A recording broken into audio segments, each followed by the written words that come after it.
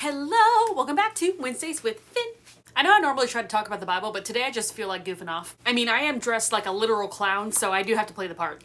It's been a hot second since we discussed a good genocide, so I thought today we'd talk about Pope Innocent III. Some viewers might recognize him as the genius behind the Fourth Crusade. In case you forgot, the Fourth Crusade is the one in which 20,000 Christians died in one day at the hands of the Pope. Why would the Pope kill his own people, you may ask, to which I must respond, hey, you clearly don't know a lot about medieval church history, do you? Pope Innocent III was born Lothario the Signy and was born in 1160 AD. Before I flame the man, I do have to list his good accomplishments. He did reform the Roman Curia. He also presided over the Fourth Lateran Council, which did lead to more reforms, so there's that. He got rid of trial by ordeal, so that's good. He was a fairly young Pope too. He was only 38 when he took office. He's also the reason why the Pope has to approve European monarchs being crowned now because... So the Hohenstaufens are trying to help Christianize their kingdom a little bit. Normally I would be down with this, but the method that they chose was to take lands from the papacy. For context, the Hohenstaufens are the royal family running the HRE, or the Holy Roman Empire, basically proto-Germany. Anyway, the Hohenstaufens are coming in, they're trying to take land from the Papal States, which is basically the land that belongs to the Pope, which, at this point in history, the Pope is basically a king. Pope Innocent III's like, oh, no.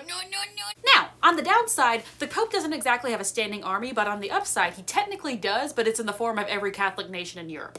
At this point, Pope Innocent III wasn't really feeling war, so he takes Frederick Hohenstaufen, makes him the king of Sicily, cuts off Sicily from the Holy Roman Empire, and then establishes rules that say, hey, I get to decide who's king now. So, bite me. Now, did he excommunicate all of France for, extremely petty reasons? Yes, but they got better, so, there's that. Now for death. So the Fourth Crusade. So Egypt had taken over Jerusalem. Pope Innocent III hears about this and he goes, Dadgummit, I'm gonna have a crusade. Go forth, my Christian soldiers, take back the Holy Land.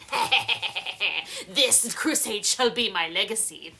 France and the Holy Roman Empire are like, yes, my time is now. You should know that when I say France and the HRE, I do not mean that the kings are involved, okay? They were involved in squabbles of a completely different kind, all right? They were fighting around with England, and England wasn't even involved in this crusade. So when I say that France and the Holy Roman Empire were called upon, I'm talking about like the B-list of all of the nobles, so not even kings, not even people who necessarily should be involved in these crusades, just dudes.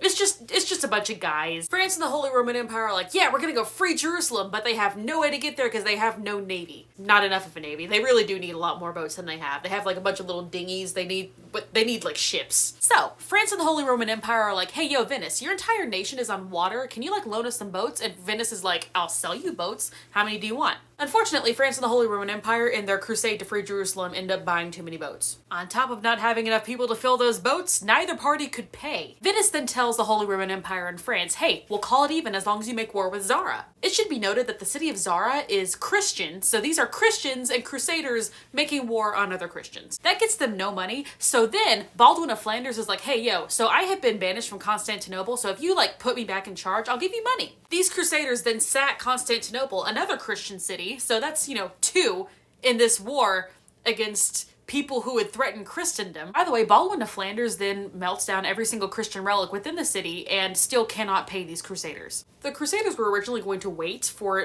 more money to just appear in Constantinople, but then within 2 months they had burned down the city, and then Baldwin of Flanders dies, and then another emperor takes his place and says, hey, can you get out? And then they burn down the city for a third time. Constantinople was then stripped of all of its riches and divided between the Byzantines and the Venetians. So that's a great ending. And that is how Constantinople became a Crusader state. Meanwhile, Pope Innocent III, whom I can only assume was taking a nap, finally hears about this bit of shenaniganery in Constantinople. The Pope then responds by taking all the wealth that was gathered by this and then excommunicating everyone who was involved. Pope Innocent III's like, how dare you make war on Christians? And then 5 years later, he makes war on Christians. There's this group called the Cathars, right? The Cathars and the Catholics don't really get along because it's bunch of freedom issues that it's a whole thing. I mean, the Cathars didn't even want to be part of the Catholic Church anyway, so I don't really see who's losing here. Unfortunately, Pope Innocent III did not exactly share my particular view on the subject, because in trying to free the town of Béziers of Cathars, he killed everyone and burned the entire place down just to be safe, because